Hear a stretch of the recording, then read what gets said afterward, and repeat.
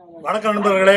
நம்ம இப்போ இருக்கக்கூடிய ஒரு திருத்தலமானது முருகனுடைய அழகான திருக்கோவில் பெரும்பேர் கண்டிகை என்ற இடத்துல நம்ம இருக்கோம். அற்புதமான இயற்கை மலைகள் சூழ்ந்த ஒரு பகுதியில் இருக்கோம். இங்கே 2 மலை இருக்குது. ஒன்று சஞ்சீவ மலைன்னு சொல்லுவேன், பக்கத்தில் மலை வந்து மகாமேரு மலைன்னு சொல்லக்கூடியது. இல்லை சஞ்சீவ மலை மேலே 6 மூங்களோட 12 தோள்களோட வந்து தேவியான வெள்ளி சமேதனா முருகர் அற்புதமாக காட்சி கொடுக்குறார். இந்த கோயிலுடைய சிறப்புன்னு சொன்னால் ஒரு சில விஷயங்களை சொல்லலாம். முதல் சிறப்புன்னு பார்த்தீங்கன்னா, சூரனை வதம் செய்த இடம் திருச்செந்தூர் எல்லாரும் தெரியும். சூரபத்மன் வதம் செய்த இடம் திருச்செந்தூர் தெரியும்.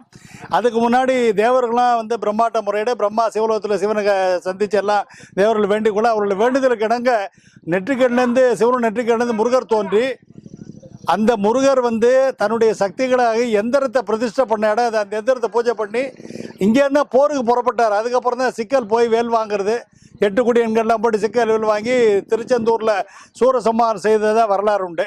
அப்போ அந்த போர்ப்படை தளபதியாக, கண்டிகைனா குதிரை, பேர்னா வந்து பெரும்படை, குதிரைப்படைகளுடைய தளபதியாக, சேனாதிபதியாக, தேவ சேனாதிபதியாக சூரசம்ஹாரம் செய்வதற்காக முருகன் தன்னுடைய ஆற்றலை சக்தியை ஒருங்கிணைத்து எந்திர வடிவிலே பிரதிஷ்டை செய்து பூஜித்து வேலை பூஜித்த இடம் இந்த இடம். அந்த திருப்பேர் கண்டிகைன்னு பேர்.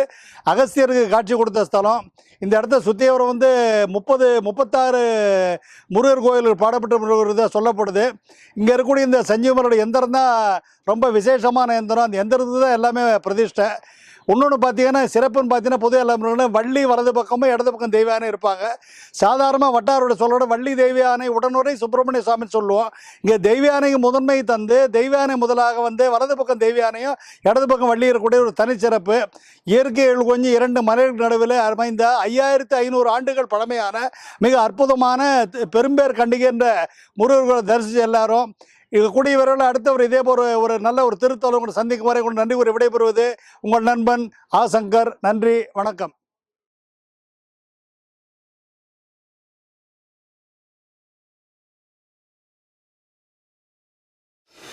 வணக்கம் ஆன்மீக அன்பர்களே. தொண்டை நாட்டு அருள் தரும் திருத்தலங்களில் இன்றைக்கி நம்ம பார்க்கக்கூடிய அற்புதமான திருத்தலம் வந்து நடுபயணின்னு சொல்லக்கூடிய ஒரு விசேஷமான ஒரு திருக்கோவில். முருகரை வந்து முருகன் சொன்னாலே அழகு வேற, முருகன் வேற இல்லை. முருகனுடைய திருத்தலங்களில் குண்டுதோறு ஆடும் வடிவேலன், குண்டு இருக்குமெல்லாம் கோர எடுக்குன்னு சொல்லக்கூடிய அளவில் தமிழ்நாட்டில் ஆயிரக்கணக்கான முருகனுடைய திருக்கோவில் இருந்தாலும் மிகவும் குறிப்பாக என்று சொல்லக்கூடியது இந்த நடுபயணி சொல்லக்கூடிய அற்புதமான ஒரு திருக்கோவில். சென்னைக்கு அருகாமையில் ஒரு 80-90 கிலோமீட்டரில் அச்சிரப்பாக்கத்தில் உள்ள ஒரு இடத்துல இருக்குது. சின்ன குன்று, ஒரு 100 படிகளை கொண்ட ஒரு சின்ன ஒரு இயற்கையில் கொஞ்சம் அற்புதமான ஒரு சுற்றுச்சூழல் அமைந்திருக்கக்கூடிய ஒரு பிரமாதமான ஒரு கோவில். இந்த கோவிலுடைய சிறப்பு என்னன்னு கேட்டிங்கன்னா, ஒரு சுமார் 40 ஆண்டுகளுக்கு முன்பாக இங்கே இருந்த ஒரு முத்துசாமி பிள்ளைன்ற ஒரு இறை அன்பருடைய கணவன் முருகன் தோன்றி இங்கே வந்து இந்த கோயிலை அமைக்க சொன்னார். அவர் மூலமாக ஸ்தாபிக்கப்பட்டது அந்த ஒரு அற்புதமான திருக்கோவில். மரகத முருகன் பார்க்கலாம் நீங்கள். ஏன்னா மரகத முருகன் பார்க்குறது ரொம்ப பெரிய அபூர்வம். இப்போ உத்தரகோசமங்கையில் வந்து மரகத நடராஜரை பார்த்துருப்போம். சிறுவாபுரி கஷேத்திரத்தில் மரகத மயில் இருக்குது. இங்கே முருகனே மரகத கல்லினால் செய்யப்பட்ட முருகர் திருமேனி. அப்புறம் காஞ்சி பெரியவர் மகா பெரியவர் இங்கே இந்த பக்கம் தல யாத்திரை வருகின்ற பொழுது இந்த கோயிலுடைய புனிதத்தை உணர்ந்து அதுக்கு அவருடைய திருவாயாலே நடுபயணின்னு பேர் வச்சார்.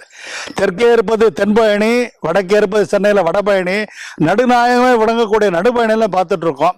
காண கண்கொள்ளா காட்சி. முருகரை பார்க்க ஒரு முறை பார்த்து விட்டால் அப்படியே நாடன் செய்யும் வினைதானன் செய்யும் என நாடி வந்த கோடன் செய்யும் குமரேசர் இருதாளும் சிலம்பும் சதங்கையும் தண்டையும் சண்முகமும் தோளும் கடம்பும் எனக்கு முன்னே தோன்றிடினேன்னு கந்தர் அலங்காரத்தில் அருணையனார் படக்கூடிய அளவில் அப்படி ஞானமே வடிவாக ஞான பிழம்பாக இருக்கக்கூடிய தண்டாயுதபாணியை அற்புதமாக தரிசனம் செஞ்சோம்.